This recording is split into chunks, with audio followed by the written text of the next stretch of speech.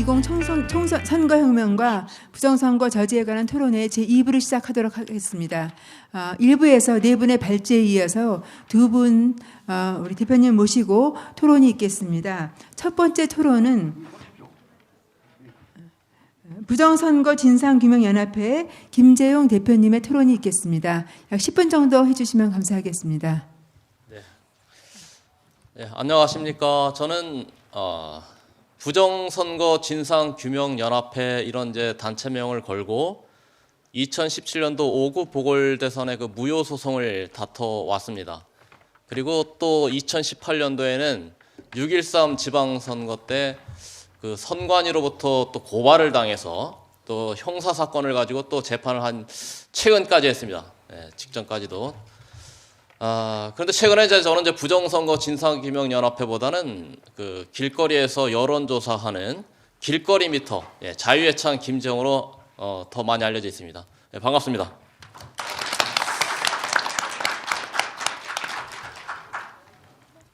박성현 우리 세네탈철 박성현 선생님께서 소개하실 때 저를 이 부정선거를 업으로 한다 이렇게 소개를 해주셨는데 사실 저는 이 부정선거 하면 우리가 많은 분들이 이거를 음모론이다 이렇게 지적들을 하십니다. 그래서 저는 그 음모론에 굉장한 관심을 가졌습니다. 그래서 음모론을 사실을 하나하나 확인해가는 재미로 살고 있습니다. 그래서 박성현 선생님께서 제시했던 사진들 그 상당 부분 제가 제공해 드렸고요. 5구 보궐대선에서는 우리가 제대로 증거를 못 잡았습니다. 그런데 그 중에 하나 나온 것이 그 사전투표용지의 QR코드였습니다. 그 QR코드 정말 재밌는 겁니다. 이게 사실 우리 부정선거 하면 우리 가장 큰 문제가 우리 국민들이 너무 무관심합니다. 무관심이 가장 큰 적입니다. 오늘 이 자리가 차고 넘쳐야 됩니다. 그런데 왜 무관심할까요? 선거 무관심에도 내 생활과는 전혀 지장이 없다. 내 생활에 지장을 안 준다. 선거가 망가져도 내가 사는데 지장 없다 이거예요. 그래서 무관심합니다. 선거는 알아서 잘 되는 것. 정치인들이 알아서 하는 것. 그런데 저는요. 제가 왜 이것을 업으로 하게 됐느냐. 저는 위기감을 느꼈습니다. 좀 내다보이더라고요 제가. 저 특별히 이렇게 예지력 있는 건 아닌데 조금 내다보니까 보여요. 이거 정말 나라가 공산화로 가고 있구나. 전체주의로 가고 있구나. 선거는 어떻게 한다? 부정선거범들이 그야말로 소나기에 넣고 떡 주무르듯 하고 있구나. 이걸 제가 느꼈어요. 그걸 같이 느껴주셔야 되는데 제가 이걸 얘기해도 들어주는 분들이 없어요. 그런데 그나마 이런 자리가 만들어진 것이 저는 스스로 대견스럽습니다. 저는 불쏘시개 역할을 하겠다. 그런데 오늘 박성현 선생님께서 관심 갖고 여기 상당한 많은 비용이 들어가는데도 불구하고 이런 자리를 마련해줬다. 뭔가 변화가 오고 있는 겁니다. 자, 이제 4월 15일 총선을 하는데요. 저는 이 선거 부정으로 했을 때 우리 국민들 반응은 어떨 것이냐? 어떨 것 같습니까? 5구 보궐대선 때나 6.13 지방선거 때나 뭐가 다를 것 같아요? 하나도 안 달라질 거예요. 그런데 이제 4.15 총선은요. 5구 보궐대선도 중요했고 6.13 지방선거도 중요했지만 이제 4.15 총선은 저는 이제 우리나라 대한민국 국민들 마지막 선거일지도 모르겠다. 저는 그렇게 좀 위기감을 갖고 있습니다. 선거 더 있을 것 같아요? 선거 더 있을까요? 저는 이제 이게 부정선거를 해놓고 5구 보궐대선에서 대통령이라는 권력을 딱 쥐고 나니까 아무도 저항을 못해요. 마음대로 하잖아요. 공수처법 막을 것 같았어요? 그냥 가잖아요. 연동형 비례대표제 가잖아요. 그러면 우리 국민들은 뭐 해요? 거기서 누가 해주겠지, 대신 해주겠지 이러고 있잖아요. 그런데 이번에 4.15 총선은 이제 어떻게 해야 돼요? 우리가요. 뭔가 달라져야 되죠. 저는 그래서 그래도 제가 이거 부정선거 이런 막아야 됩니다. 부정선거 이런 게 있었습니다. 쭉 나열해 놓고 이제 제가 해법을 제시해야 저 사람 말이 그래도 뭔가 신뢰가 가네 이렇게 해서 좀 신빙성을 얻어야 되는데 시간이 부족해서 그건 우리 박성현 선생님이 하신 걸로 대신하고 저는 우리 국민들이 뭐 해야 되느냐 할 일 그것만 저는 압축해서 말씀을 드리겠습니다. 뭐 해야 될 것 같아요? 선거 감시 해야 된다. 선거 감시 뭐 해야 되냐 이게 뭐? 자, 잘 기억하세요. 제가 그래도 부정선거를 업으로 해왔다 하는 사람이 하는 얘기 뭘 해야 되냐? 투표함을 바꿔치는 걸 막아야 돼요. 그렇죠? 과거에는 전자개표기에서 뭔가 거기서 숫자 조작을 해가지고 5% 10% 바꿔쳤다.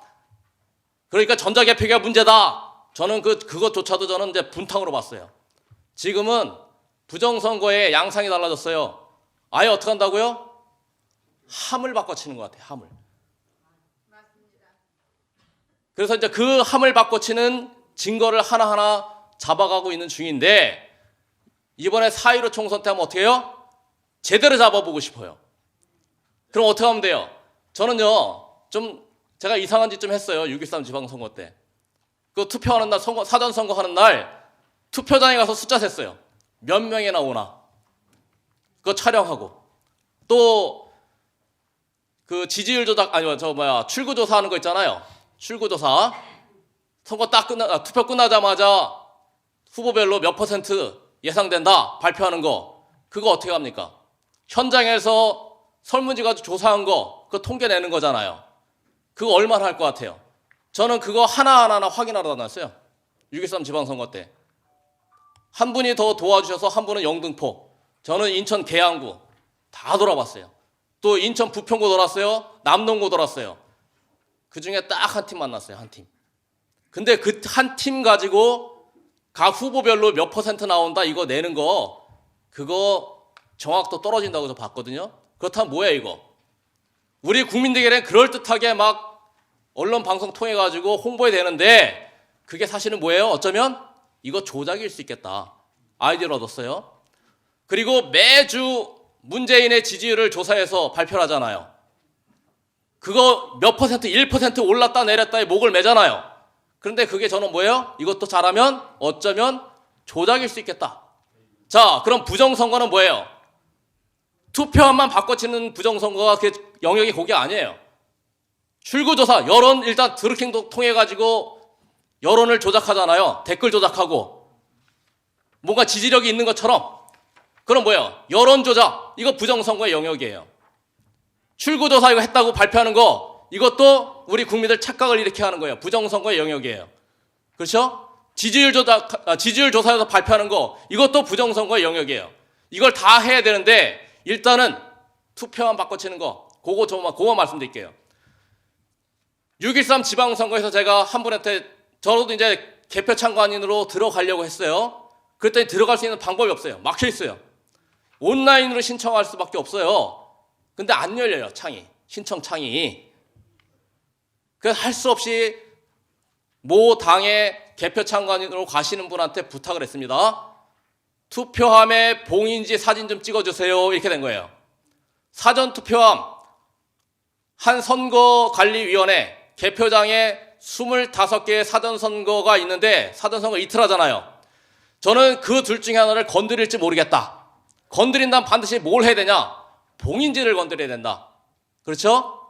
봉인지를 떼어버리고 새 것을 갖다 붙이거나 뭔 짓을 한다. 그런데 현재 봉인지가 어떤 상태입니까? 비닐로 됐는데 떼어내는 순간 그 비닐에 문양이 나타나는 특수 봉인지라 그래요. 그런데 이게 비닐이다 보니까 떼어내면 이게 흔적이 안 남아요. 이 플라스틱 통에. 그렇다면 얼마든지 뭐예요? 떼어서 버리는 거예요. 이 봉인지 관리 어떻게 하고 있느냐? 우리 국민들 관심이 있습니까? 없습니까? 이게 정해진 수량입니까? 아니면 무한정 공급입니까? 무한정 공급이에요. 그럼 어떻게 하는 거예요? 떼서 버리면 되는 거예요. 그럼 그 안에 있는 뭐가 있습니까? 서명이 있잖아요. 투표관리관하고 참관인하고 서명해야 되잖아요. 그래서 그 서명이 일치하냐 안 하냐를 제가 비교를 해놨어요. 화면에 2개 딱 올려놓고 화면 2개에다가 양쪽에 큼지막하게 올려놓고 비교를 해봤어요. 그랬더니 어때요? 서명의 필체가 완연히 다릅니다. 이거 뭡니까? 예, 서명 위조예요. 서명 위조입니다. 그리고 자, 박성현 선생님께서 그 사전 투표함 받침대라는 거 보여드렸죠? 그거 뭔지 아세요? 투표함 받침대가 6월 13일 날 본투표일에 투표함이라고 그것을 투표함으로 만들어가지고 갖고 나온 거예요. 그건 처음에 참관인들도 그게 투표함 받침대인지 몰랐어요. 단지 이게 뚜껑이 열리니까 왜 뚜껑이 열리냐라고 항의하는 그런 동영상을 촬영한 거예요. 제가 부탁했던 그 참관인이. 그런데 그걸 제가 영상을 자세히 보니까 이거는 투표함이 아닌 거예요. 뭐예요? 투표함 받침대였던 거예요. 그럼 이건 뭐예요? 가짜 투표함이다. 이 가짜 투표함이 버젓이 투표함으로 둔갑해서 개표장에 나온 거예요. 그러니까 6.13 지방선거에서 뭐예요? 제가 가짜 투표함이 사용된 거 증거를 잡은 거예요. 그걸 가지고 제가 검찰에 고발을 해놨습니다. 자, 제안합니다. 우리 국민들이 이번에 너도 나도 나서서 6.13 지방선거에서는 몇 분 안 됐습니다. 저 외에 별로 그렇게 이게 부정선거다 할 거로 증거 잡겠다는 분 없었어요. 그런데 이번에는 교회에서까지 나서서 교회들까지 합세를 한다. 저는 가능성이 상당히 높다고 봅니다. 우리 백모 박사님 선생님께서 지적했지만 공무원들 겁이 좀 많아요. 그분들은 웬만하면 불법 못 저지릅니다. 자, 그런 분들에게 이제 우리가 가서 부정선거 큰일 난다라고 얘기하고 뭘 해야 되냐? 그 봉인지의 사진을 찍겠다. 투표 끝나고 봉함할 때 사진 찍은 그 봉인지가 개표장에 그대로 나왔냐 안 나왔냐 요것만 확인해 주셔도 상당한 그 부정선거범들에게 부담을 줄 수 있습니다. 이해하시죠? 그거 해야 되겠죠? 그거 하나만 제대로 해주시면 나머지 많은 의혹들이 부정선거 의혹들이 줄어듭니다. 자, 어떻게 하냐? 그런데요, 제가 직접 현장에서 투표소에서 그걸 찍으려고 하니까 참관인이 아니니까 못 찍게 해요. 커버가 들어와요. 누가? 선관위 직원, 거기에 또 경찰관을 불러가지고 경찰관까지. 제가 뭐 특별히 그 투표함에 위해를 가하는 게 아닌데 혹시라도 투표함을 찍을까 막 그것을 그냥 가리고 그걸 차량까지 이동하는데 막 같이 007 작전처럼 가져가는 거예요. 그 투표함의 봉인지를 찍을 기회를 안 줘요. 이번에 우리가 뭘 관철시켜야 됩니까? 봉인지에 촬영할 수 있는 거 인증샷 이거 찍게 해달라. 반드시 같이 찍자. 이거를 관철시켜야 됩니다. 이거 하나만 확실하게 해주면 어떻게 한다고요? 개표장에서 확인하는 거는 이제 일도 아니죠. 저 요번에 제가 하고 싶은 건 단 하나예요. 그 찍은 봉인지 사진 또 개표장에서 찍은 사진 저한테 보내주세요. 제가 거기서 봉인지 서명 다른 거 다 일일이 내가 고발하겠습니다. 요걸로 마치겠습니다. 질문은 나중에 받겠습니다. 예, 참 심각한 부정선거 상황과 대책에 대해서 우리 대표님으로부터 잘 들었습니다. 예, 그러면 또 그동안 이 공정선거 관련돼서 굉장히 큰 운동을 해오신 양선엽 공정선거 국민연대 대표님으로부터의 토론이 있겠습니다. 이번 토론은 여기 요걸 보시고 좀 하십시오. 여기 좀 불편하실 텐데 이쪽에 아까처럼 서서 하시죠, 뭐 저쪽에. 우리 네, 양 대표님 네, 저쪽 여기 가시죠. 오셔서 하는 게 마이크가. 말씀. 마이크 되나요? 네, 예. 많이 왔네요. 네, 반갑습니다. 저는 공정선거 국민연대를 맡고 있는 양선엽이라고 합니다. 제가 토론할 주제는 이전에 우리 박성현 우리 백모 선생님도 말씀하셨고 또 우리 김재웅 부정선거 진상연합회도 또 말씀하셨기 때문에 저는 그거 약간 피해가면서 이렇게 말씀을 드리도록 하겠습니다. 이게 아마 선관위 쪽에서 저희 그 시민단체하고 저희가 토론을 제안했어요. 왜냐하면 지금 선거제도가 공정한가? 너무나 많은 문제가 있기 때문에 우리가 문제를 많이 제기하다 보니까 그 국회에서 지금 이 문제에 대해서 그나마 조금 관심 있는 분이 조원진 의원이세요. 이분이 그럼 시민단체하고 자기가 한번 선관위를 한번 같이 토론하도록 해주겠다. 제의를 했어요. 이분이 이제 국회 행정안전위원회, 그러니까 선관위가 행정안전위원회 소속입니다. 거기에 이제 위원이다 보니까 선관위 쪽에 이야기한 거죠. 그래서 처음에는 이제 이렇게 사무총장이 공개적으로 참석하겠다 이랬습니다. 저희는 야 이게 그전에 안 되는데 웬일이냐 해서 좋다고 시민단체 저희하고 공명총 또 고대교 트루스포럼 이 3개 단체가 이 조원진하고 같이 해서 하는 걸로 했는데 일주일 위에 이렇게 왔어요. 아 참석은 하겠는데 비공개로 하자. 언론에 보도하거나 대외적으로 녹취한다 이건 안 된다. 그래서 저희가 좀 의미가 많이 떨어지지만 그래도 이 선관위 높은 분들 한번 만나보자 해서 오케이 만나보자 이렇게 했습니다. 또 그랬더니 일주일 뒤에 다시 이렇게 왔어요. 불참. 그래서 제가 이 생각을 해본 겁니다. 아니 선관위 사무총장은 행정직 중에서는 최고위직입니다. 그럼 이 사람이 결정을 했는데 이렇게 바뀐 거예요. 그래서 왜 그렇게 됐을까? 아, 누군가 보이지 않는 윗선이 있다. 상임위원이거나 중앙선관위원장이거나 두 사람밖에 없거든요, 사실은. 그 중에서 뭔가 오다가 내려온 거죠. 안 그러면 이렇게 입장이 바뀔 수가 없는 거예요. 저도 공직에 있어 봤지만 국민들이 공무원한테 내용을 토론하자고 했을 때 공무원은 당연히 응해야 됩니다. 안 하는 거예요. 그래서 제가 선관위에 대한 이 선관위가 정말 문제가 있구나 생각을 하고 있습니다. 자, 그러면 현행 선거법에서 이 선거법이 현재 문제가 굉장히 많아요. 근데 이걸 저희가 다 말씀드릴 수는 없고 시간이 없기 때문에 이런 속에서도 과연 공정한 선거를 치를 수가 없겠는가? 법에 따라서 법 그대로 할 때 지킬 수가 있습니다. 제가 그걸 설명을 드릴게요. 자, 사전투표에 대한 편법 홍보. 이걸 하지 말라는 거예요. 당초에 사전투표는 선거 당일 투표에 참여하기 어려운 사람을 위한 제도예요. 그러니까 통합선거인 명부에 따른 부재자 투표의 특례, 예외적인 투표예요. 특례를 하기 위한 제도를 사전선거예요. 이거를 지금 어떻게 하고 있느냐. 선거 당일이 공휴일 아니십니까? 공휴일 해야 되는데 이 사람들이 지금 특별한 사유 없이 하라. 무분별하게 독려하고 있는 겁니다. 방송, 광고, 심지어 언론, 정치인 다 하고 있어요. 한번 보실까요? 얼마 정도 하고 있는지? 사전투표 현재 보시면 2014년부터 도입됐습니다, 이게. 안 해보신 분들 많을 거예요. 그게 뭐냐, 이게. 왜? 요때는 처음으로 지방선거에 도입됐는데 474만 명이 투표했어요. 11.5%.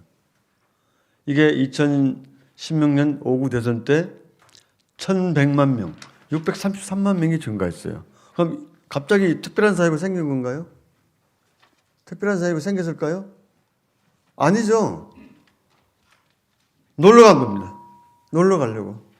사전선거 미리 하고 선거 날이 법정 공휴일이니까 놀러 가는 거예요. 이거는 법 취지에 맞지 않아요. 이게 불법이라. 법이 맞지 않습니다. 법은 사전투표 할 수 있는 사람은 선거 당일날 특별한 사유가 있어서 못하는 사람을 위한 만든 제도예요. 자, 어떻게 선정하는가 보시면, 이걸 보시면 알아요. 사전투표, 오케이. 이거 하라는 거죠. 자, 빨리빨리 넘기겠습니다. 이거 보십시오. 복장이 어떻습니까? 사전투표하고 선거 당일날 놀러 가라는 거예요. 놀러 가려면 어떻게 해야 돼요? 사전투표 날 선거해야 되지 않습니까? 이렇게 지금 오도하고 있는 거예요. 이것도 마찬가지죠. 예? 놀러 가자, 놀러 가. 이것도 이거 사이클링까지 하자. 여기는 아예 문구를 박았어요. 너무나 좋은 사전투표, 미리 투표하고 놀자. 미리 투표하고 놀자고 그래요. 미리 투표하고 놀자. 이 법이 어긋나는 겁니다, 이거. 어디에서 했습니까? 더불어민주당. 더불어 놀자예요, 이게. 더불어 놀자당이에요. 또 이 아저씨는 뭐예요? 이 아저씨는 왜 이렇게 또 사전투표가 뭔지도 모르고 이렇게 좀 하라고 그러고 있습니까? 너무 한심합니다. 그 다음, 여기 보십시오. 이거 나들이 가자. 미리 투표하고 나들이 가자. 여기는 감정적이에요. 감상적입니다. 출발 전에 투표했다. 바다가 더 짙푸르다. 놀러 가라는 겁니다. 이게 지금 크루즈 타고 미리 여행 계획 며칠 잡아가지고 놀러 가라는 거예요. 이걸 들으면 국민들이 투표 안 하겠습니까? 그래서 늘어난 거예요, 지금 이게. 그래서 다 이게 제가 보기에는 다 불법이라는 겁니다. 여기는 뭡니까? 사전투표해야 대통령 문재인다. 사투대문. 사전투표하면 대통령 문재인이다. 25% 넘어가면은 허구하겠다고 그랬습니다. 26%였어요. 그래서 문재인 허구했습니다. 고치글라 고쳐가게. 제주도 빨리 투표하고 빨리 뭐 하라 이런 뭐 방언이라고 그래요. 이건 또 오마이뉴스 조기 사전투표 말을 또 조기 한 번을 붙여놓고 조기 투표하라 이렇게 했습니다. 자, 뭐 이거 다 설명할 이거 또 이게 안철수 여기서 참 허접합니다. 독려하고 있습니다. 사전투표. 여기 이현재 의원 다 마찬가지. 여기 한국 공보뉴스도 마찬가지. 전부 이렇게 독려하고 있는 거예요. 또 심지어 파티하겠다고 파티원을 모집을 사전투표하고 나서 파티를 하자. 파티원까지 모으고 있어요. 이재명이 사전투표해라. 선택할 때다. 여기 충주 지방선거에서도 마찬가지. 이렇게 사전투표해라. 전부 하는 겁니다. 이렇게. 자, 이렇게 하고 있는데 JTBC에서 이렇게 했어요. 사전투표 조작이라고 시민단체에서 자꾸 그러는데 이런 거 말하는 사람들 국민들이 많이 있는데 이거 거짓이다. 가짜 뉴스다 이거예요. JTBC는 한숨 더 뜹니다. 팩트 체크를 하지도 않고 아니 거꾸로 한 거죠. 그렇게 하는 것이 가짜 뉴스라고 그래요. 이렇게 지금 언론과 정치권이 국민을 오도하고 있습니다. 이거는 입법 취지하고도 전혀 맞지 않는 조치입니다. 여기 보십시오. 또 요거 제가 CCTV 녹화한 것도 훼손했어요. 그나마 우리 공명총회라는 조직이 있는데 여기에 김진희 씨가 이거를 정보 공개 요청을 해가지고 받았어요. 훼손돼 있다는 겁니다. CCTV 그 촬영 화면이 훼손돼 있어요. 그러니까 그것도 의미가 없는 거죠. 자, 그러면 중앙선관위는 어떤 입장이냐? 저희가 질문을 했어요. 공식 질의를 한 겁니다. 공문으로. 했더니 이렇게 답이 왔어요. 선거관리위원회는 선거일에 투표할 수 없는 유권자의 투표권 행사를 보장하기 위하여 사전투표제를 안내하고 있습니다. 이렇게 왔어요. 선거일에 투표할 수 없는 유권자. 이거 그리고 이렇게 붙여놔요. 이게 매칭이 됩니까? 이 말과 이게 매칭이 안 되는 거예요. 그래서 제가 이거를 근거로 해서 지금 이거를 저희가 법이 어긋난다고 지금 저희가 고발하려고 합니다. 법이 어긋난다. 너 법대로 해라. 법에 규정한 뜻대로 안 하고 있다. 국민들을 오도하고 있다는 거예요. 그래서 저기 좀 보시면 잠깐 일어나 보시겠어요? 예. 저희가 일어나서 가지고 뒤로 돌아서 이렇게 한번 보십시오. 저 어깨띠가 뭐냐면 사전투표 NO, 선거당일 투표 YES. 사전투표 하지 말고 선거당일 투표하자 하는 걸 저희 공정선거 국민연대가 어깨띠로 홍보하고 있는 부분입니다. 아, 예, 그 피켓 한번 보여드리죠. 피켓 보여. 네.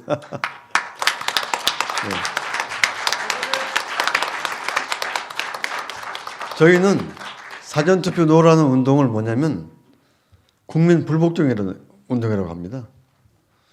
법이 사전투표가 불법을 하도록 조장할 수 있도록 만들어놨기 때문에 국민이 할 수 있는 일은 불복종하는 방법밖에 없어요. 왜? 국회도 관심이 없죠. 사법부는 자기 범죄이기 때문에 소극적으로 하죠. 선관위는 대화를 기피하죠.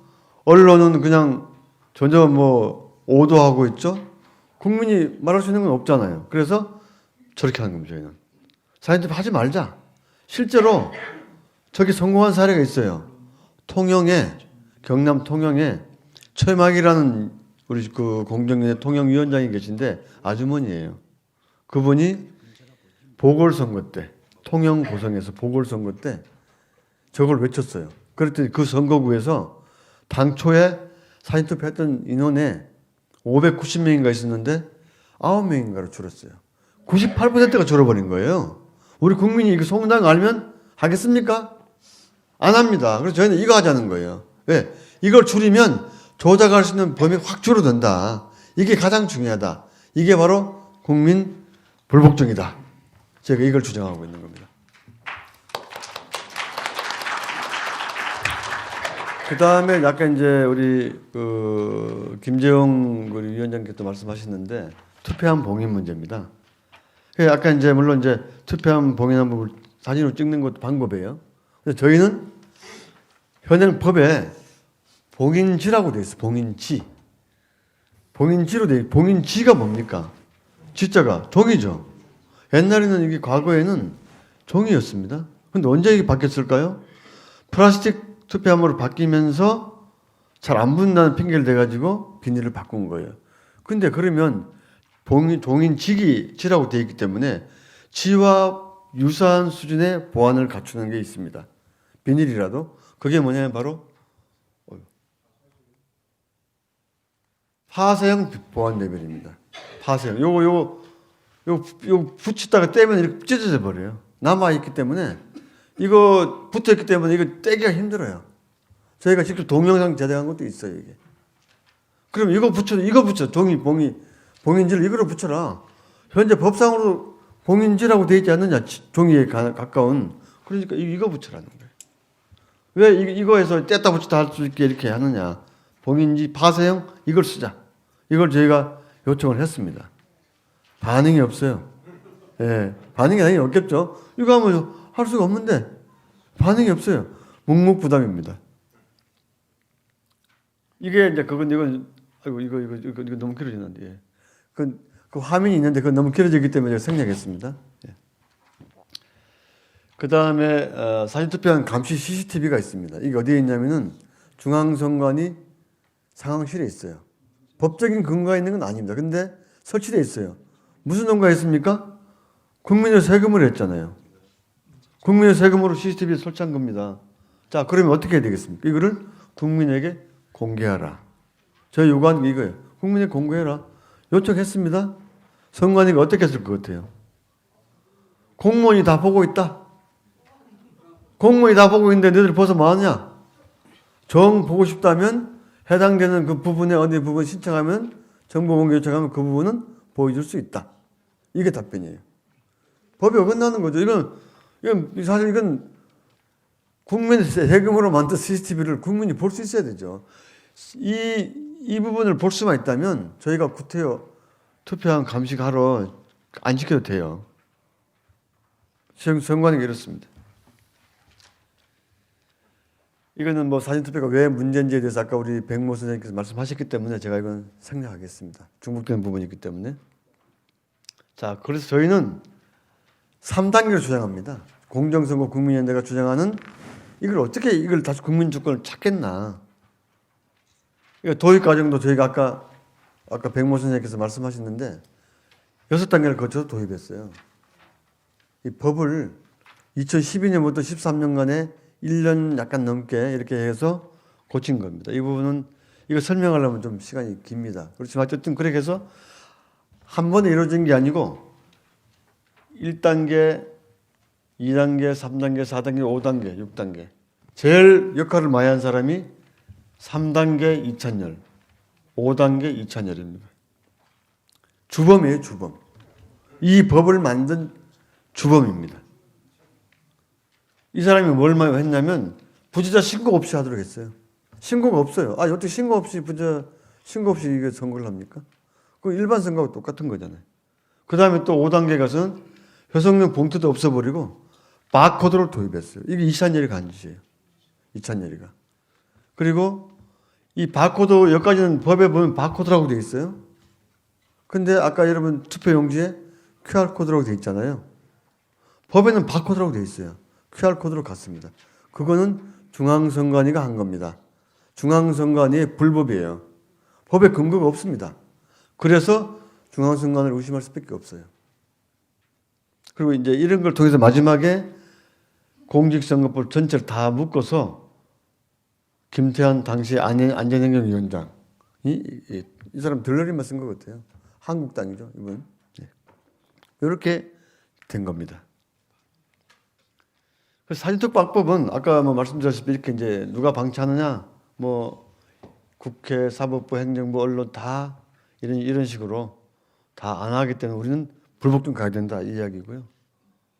3단계가 이겁니다. 그래서 저희는 이거 하면 제일 좋아요. 폐지해버리면 제일 좋아요. 그리고 전자개표기 폐지해버리면 제일 좋아요.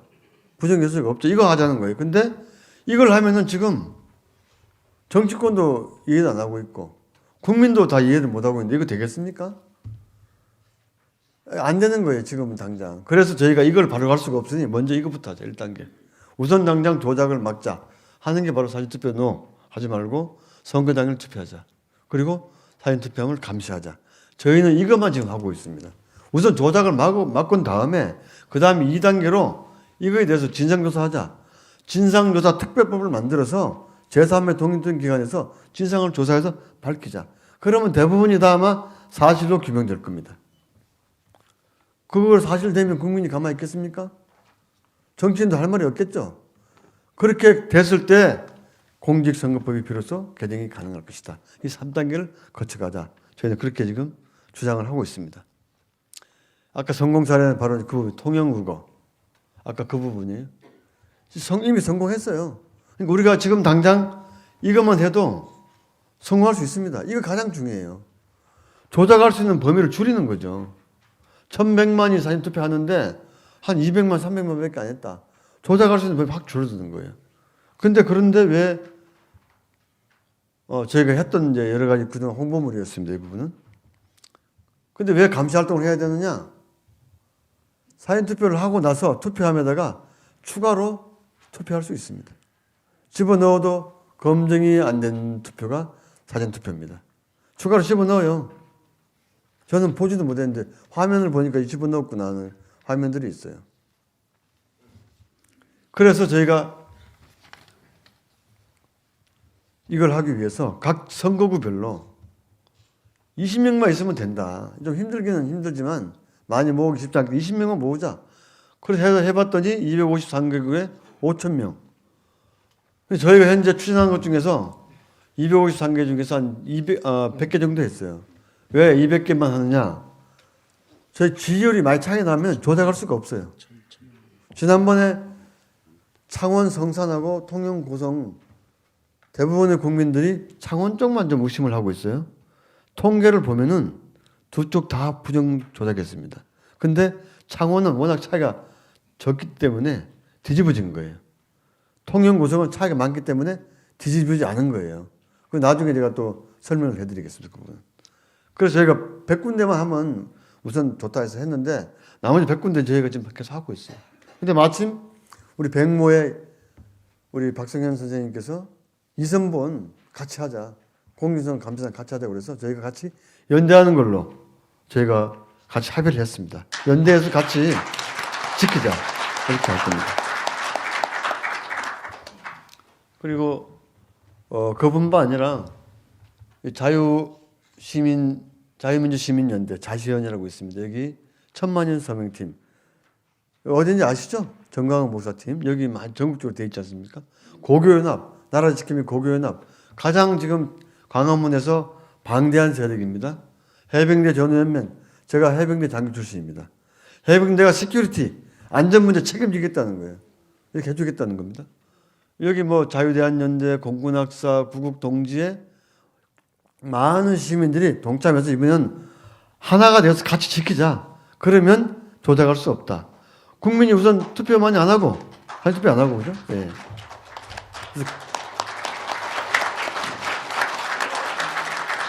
그래서 저희가 지금도 그 봉자원부사를 모집하고 있습니다. 이게 모집하는 번호입니다. 이게 제 번호고요.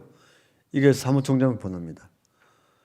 이름하고 지역, 가령 제가 뭐 자기가 울산이다. 울산 무슨 구다. 뭐 이렇게 딱 보내면 아 이분이 이 자원봉사 하시겠다는 의사가 있구나 해서 저희가 같이 팀을 짜서 거기 같이 합류시켜 드립니다. 이거는 완전히 봉사와 헌신입니다. 저희가 이걸 봉사료를 들 수가 없어요. 이건 그야말로 나라를 위한 우리 국민 집권을 지키기 위한 국민들의 자발적인 봉사와 헌신. 많이 모이면 모일수록 조작 불가능합니다. 할 수가 없어요. 어떻게 하겠습니까? 국민들 눈을 또 보고 있는데 할 수 없습니다. 저희가 할 수 있는 일은 이것만 돼도 충분히 현행법에서 막을 수가 있다. 그러니까 우리가 꿈을 갖고 지켜가자. 이런 걸 제가 토론 주제로 제안합니다. 감사합니다.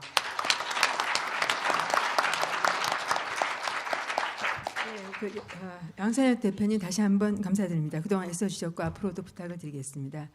자, 그러면 이 플로우에서 몇 분의 질의가 있었기 때문에 거기에 대해서 제가 그 관련된 분께 또는 해당되시는 발제자나 토론자께서 그 답변해 주시면 감사하겠습니다. 먼저 그 질의라기보다는 약간 그 제안을 하신 분이 계세요. 그 손봉균 선생님께서 이런 취지로 말씀하셨습니다. 공정선거는 당연히 되어야 한다고 보며 좋은 취지의 모임에서 참석했습니다. 그런데 현재 우리나라의 국내 애국단체들만의 힘만으로 하는 것도 좋지만 외국의 기관에도 도움을 받는 것이 좋지 않을까 이렇게 생각합니다. 그래서 공정선거를 위한 건의서, 정책서 등을 배포하는 모든 것을 외국 기관, 특히 미국 등의 관계기관과 함께 했으면 합니다. 이것에 대해서 이렇게 제안을 하셨습니다. 또 사실 최근에 아마 유엔 등에다가 공정선거 감시단을 파견해달라 이러한 서명운동하는 단체도 있는 것으로 알고 있습니다. 이것은 제안으로 알고 저희가 잘 숙고하도록 하겠습니다. 그러면 지금 아까 방금 발표에도 나오셨는데요. 지금 이진호님께서 질의하신 게 사전선거한 유권자가 본선거에서 이중선거 할 수 있는 여지가 있는지요. 이렇게 질의하셨고 또 투표한 봉인지를 그 서명한 플라스틱 용지겠죠. 그것을 복사 서명한 후 새 플라스틱 봉인지로 바꿀 수 있지 않을까요? 이런 것에 대해서 지금 우리 두 분 누가 우리 양 선생님께서 하시겠습니까? 이 현장을 잘 아시니까. 네. 그러시죠. 예. 그럼 제가 설명을 드리겠습니다. 우선 외국 감시단이 오는 게 어떠냐? 저는 이거 반대입니다. 우리 국민임으로 할 수 있어요. 그리고 우리 국민들 정서상 외국에 이렇게 하면은 그런 운동하는 사람들을 신뢰하지 않을 거예요. 실제로 이게 지금 카톡방이나 페이스북에 청원을 넣는 걸 제가 봤어요. 몇 명 되지도 않아요. 국민이 만약 엄청나게 많이 이게 동참한다 이러면은 좋은 아이디어인데 이게 별로 좋지 않은 방안 같습니다. 왜냐하면 우리 국가에서 국민들 수준으로 충분히 막을 수 있는데 구태 이 부분을 우선 받아들이지도 않을 거고 외국에서 이거 안 받아들일 겁니다 아마. 우리가 그 전에 1948년도에 한 적이 있죠. 유엔 감시단이 와서 그런 나라가 없을 때는 가능했지만 지금은 저희가 지금 OECD 국가고 G20인데 이거는 제가 보기엔 조금 너무 과민하신 거 아닌가. 실효적인 없을 것이다. 다만 정치적인 효과. 근데 지금 이 사람들은 이런 거 가지고 전혀 흔들림이 없이 조작할 사람들이기 때문에 효과가 없다고 봅니다. 그다음에 예. 그다음 제가 그 예. 이중 투표 부분. 제가 그 부분 때문에 그 5구 보궐대선 무효 소송에서 선관위하고 아주 그냥 치열하게 다투고 있는 부분입니다. 그것은 그 사전 투표용지의 QR 코드하고도 관련이 되어 있습니다. QR 코드에는 보시다시피 자료 화면에 보셨지만 1년 번호가 7자리의 숫자가 들어 있습니다. 알파벳 포함해서. 그 1년 번호라는 게 의미가 뭡니까? 1년이라는 것은 순서대로 차례대로 번호가 붙어 있는 거죠. 그래서 순서대로 번호가 붙어 있다고 하면 몇 번째로 순서가 있다고 하면 내가 몇 번째 투표용지를 받았다. 그 몇 번째 투표용지를 받았다는 것은 뭐하고 관련돼요? 이 투표용지가 누구에게 지급됐는지를 추적 가능하게 한다. 제가 이렇게 주장을 했습니다. 그랬더니 선관위 측이나 또 정치권의 일부 하는 말들이 그 투표용지는 번호는 랜덤하게 나온 것일 것이다. 이렇게 했어요. 그런데 그렇게 치고 들어가니까 이제 처음에 그 선관위 측 변호사 답변이 온 내용이 처음에는 알 수가 없다. 이렇게 했다가 나중에는 어떻게 말을 바꿨냐. 선거관리위원회 별로. 그러니까 개표장이죠. 선거관리위원회별로 순서대로 나온다. 전국 어디에서 투표를 하든 그 주소지에 선거관리위원회별로 순서대로 발급된다라는 답변을 제가 받았습니다. 그렇다면 이 답변은 뭐와 관련돼요? 이거는 비밀투표를 침해할 수 있다. 이렇게 된 거예요. 그럼 비밀투표 침해 아니냐? 이렇게 하니까 또 어떻게 나왔어요? 그 번호를 가지고는 누군지 전혀 알 수가 없다. 자, 누군지 전혀 알 수 없기 때문에 어떻게 돼요? 그 다음엔요? 이 투표용지를 누구한테 준 건지 알 수 없는 투표용지라면 한 사람이 또 해도 모르는 거 아니냐. 이렇게 해서 붙었어요, 싸움이. 그래서 판결을 해달라고 하는데 문제는 대법원의 대법관들이 판결을 안 하는 겁니다. 그래서 2017년도 6월 달에 소장을 냈는데 그것이 일부 사건들은 패소를 했지만 제가 하고 있는 소송이 패소를 안 하고 2020년까지 왔습니다. 아마도 이거 판결 안 하고 저 문재인이가 임기를 끝나기를 바라는 것 같아요. 아니면 공직선거법이 개정돼서 그 조항이 없어지길 바라거나 이런 상황이 있습니다. 그런데 이중투표 가능하냐? 제가 봐서는 가능합니다. 왜? 우리 감시할 수 있는 참관인들이 확인할 수 있는 길이 없어요. 그거 몰랐죠? 오로지 뭐만 알고 있냐?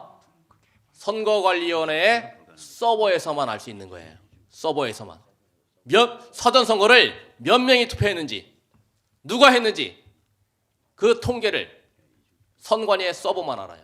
그럼 우리 국민들이 확인할 수 있는 길이 있느냐 없느냐? 없어요. 그래서 그 프로그램 소스 좀 확인하자라고 제가 형사사건에서 제가 벌금 250만 원 걸고 한 그런 사건입니다. 프로그램 소스 공개하라 했더니 공개 못한답니다. 왜? 국가의 중대한 이익을 침해할 수 있답니다. 그 프로그램이 공개되면 어떻게 한다고요? 국가의 중대한 이익이 침해돼요. 지금 국가의 중대한 이익이 침해되는 사전선거 프로그램이 가동되고 있는 거예요. 우리 국민들은 모르는 상황에서. 이 심각하죠? 네, 이 정도로 말씀드리겠습니다. 예, 감사합니다. 예. 그 또 다른 질의는요. 지금 김병준 교수님인데요. 지금 께 제안하신 여러 가지 장치들, 즉 사전에 선관위에서 뭐 현행 불법 요소인 뭐 자료를 사용한다든가 또는 임의 체벌을 한다든가 또는 불법 QR 코드를 한다든가 바코드를 주지 않고요. 또 이런 사전 투표한 봉인 및 촬영 협조 등 이런 것들이 또 24시간 CCTV 촬영 등 견제 요구 장치가 이제 관철이 안 될 경우에 선관위를 제어하기 위한 방법이 지금 그동안 해왔던 대로 두 분들께서 불법에 관한 고발 조치 외에 우리가 할 수 있는 게 무엇이냐. 그렇다면 이 어떤 플랜 B가 있는가. 그런 것에 대해서 어떤 민간 주도의 투쟁 방법에 무엇이 있는지를 박성현 대표께 질의했거든요. 좀 박 대표님. 예, 아까 되게 말씀 네. 다들 답하셨는데 이게 의외로 내놓고서 뭐 나 감옥 가도 좋아, 파면돼도 좋아, 연금 날라가도 좋아 해서 조직적으로 뭐 수백 명, 수천 명이 움직일 수 있는 세력이 아니에요, 저게 실제로는. 그래서 우리가 그 지금 있는 법 내에서 그게 지켜지도록 가능하면 그 다음에 자기들 내규가 불법인 거거든요. QR이나 이런 것들은. 그래서 이런 것들이 쟤들이 어디까지 요번에 개선할지 모르겠는데 자기들도 고소고발이 많이 걸려 있어서 굉장히 골아픈 것 같더라고요. 내 느낌에. 그래서 상당히 아마 조치는 취할 텐데 우리가 선관위 사무실이나 이 투표 전 과정을 거의 축제 삼아서 사전투표 같으면 한 6일 지키고 그다음 본투표는 하루 그냥 딱 지키고 본투표랑 개표는 그러면은 실제로는 거의 일 못할 것 같은데요, 상대방이. 즐겁게 지켰으면 좋겠습니다. 즐겁게. 그러니까 축제일이에요, 축제일. 네, 네 감사합니다. 그리고 이제 잠깐만요. 다른 예, 일본만. 그리고 이제 이거는 공정선거 이거 이제 선거법은 안 걸리죠. 이게 다 회원이시죠? 그러니까 불특정 다수 아니시죠? 불특정 다수이신 분은 나가세요. 회원님들한테 제가 이렇게 말씀드리는 거니까 무슨 발언을 해도 상관이 없어요. 예, 그래서 이제 우리 회원님들께 권하면 이제 뭐냐면은 이게 그러니까 모이기는 공정선거로 모이죠. 공명선거 지원으로. 그런데 이거 공명선거 지원 왜 모이냐고. 왜 시간 깨서 미리 사람 만나고 투표 과정에 대해서 공부하고. 이건 우리 사회에 굉장히 어두컴컴한 거의 간첩스러운 종북 친부 혹은 굉장히 위험한 집단이 조직적으로 작동하고 있다라는 위험성 때문에 모이시는 거잖아요. 제가 하나 여기 퀘스천 마크 드릴게요. 이런 근심을 가지고 있는 분이 한 선거구에서 내가 다니는 몇 명 친구 혹은 내가 다니는 교회 몇 명 빼고 다른 선거구에서 자기의 사적 범위를 넘어서 사람 만난 적 있나요, 우리가? 없어요. 그 만남의 장을 만들 수 있다고요. 뭉치면, 소통하면 이깁니다. 고립분산돼 있었는데 지역에서 우리가 이 광화문 태극기 집회 굉장히 중요한데 그 태극기 집회는 n분의 1이 돼야 돼요. 그 전체 비중으로 보면 그건 n분의 1이 돼야 됩니다. 실제로 힘은 선거구에서 쓰는 거거든요. 근데 선거구에서는 우리 동네 사람들, 우리 지역 사람 중에 나랑 뜻이 통하는 사람이 누구지 아무도 모르는 거야 사실은.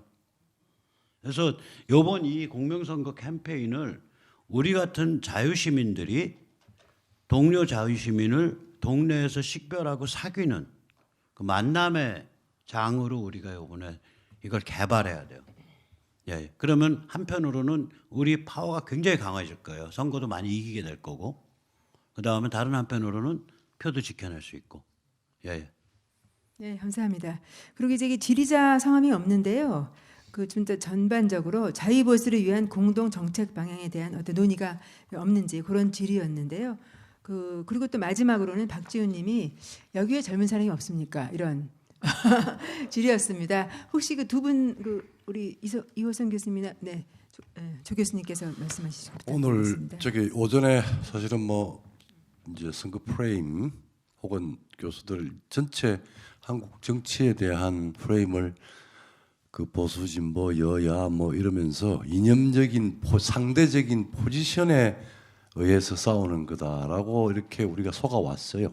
30년 동안 거의 사반세기도 넘는 30년 동안. 근데 지금 그런 상황에서 거짓에 속고 선동에 속고 뭐 이런 한 와중에 또 기회주의 뭐 중립 뭐 개혁 이러면서 사실은 한국에서의 어떤 중립이라고 하는 건 기회주의고 사실은 그 범죄를 용인하는 건데 거짓을 용인하는 거짓이 됩니다. 그래서 이제 말하자면 헌법적 가치와 보편적 양심이라고 하는 거는 우리 70년 동안 다 쌓여져 있어요. 아무리 젊은 친구들, 전교조들 뭐들 하든 그래서 프레임을 바꾸는 걸 했는데 지금 이야기를 듣고 제가 어제 그제 할 때도 지금 우리 공명선거 지원단이라고 하는 그리고 아마 선관위에 많은 또 선의의 우리 공직자들이 이 부분에 대해서는 그 해석하고 그 전에 조금 이게 이제 법률 문제하고 지금 문제가 되는 건 다 식별이 됐잖아요.